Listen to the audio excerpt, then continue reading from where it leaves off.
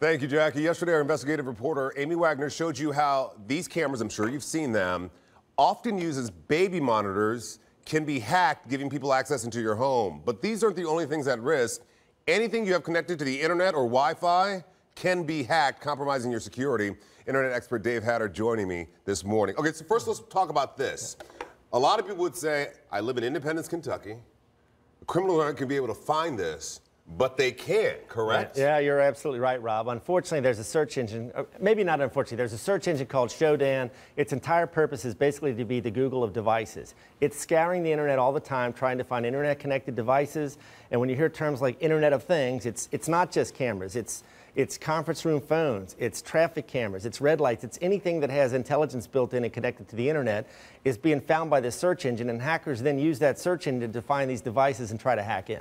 Why would anyone want to look inside my home, right? I would assume most of the time criminal have an intent to not just look inside your home, but it's to make money off of you or steal your money in some way. You're absolutely right, I would assume, since I'm not a criminal. Right, and exactly. I agree with you completely, Rob. Right, sure. But I would say there's probably a couple of reasons. First off, you know, once you get to this device, if you can hack into it, you could not only potentially look around, I mean, you could use it to determine like when people are home and not home and come steal their stuff. Or another potential thing is most of these devices have built-in web servers. That's how you can control them remotely.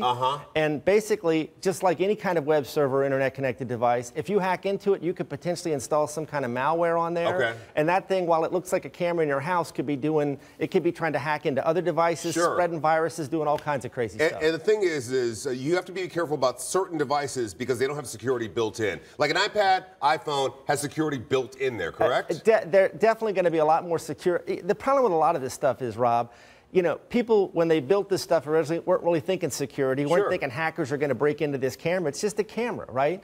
So these devices either have little security or the security is very hard for regular people to figure out. So they just plug it in, it comes on, it works, they don't think anything more about it, and they don't realize how easy it is to get into these things. Yeah, if you see anything unusual, you better pay attention. What are some of the things we can do to protect ourselves? Well, I mean, either A, simply don't hook the devices up, but if you want to use them and there's really no problem with it, understand what the device's capabilities are. One of the key things is, once the manufacturers know about these flaws, they'll put patches out. You got to apply the patches, and as a bare minimum, you can't let it stay with the default username and password. Because I can go out and search and say, oh, you have a FOX19 IP camera, the default password is XYZ, I use this search engine, I go to your site, your camera, and I'm in.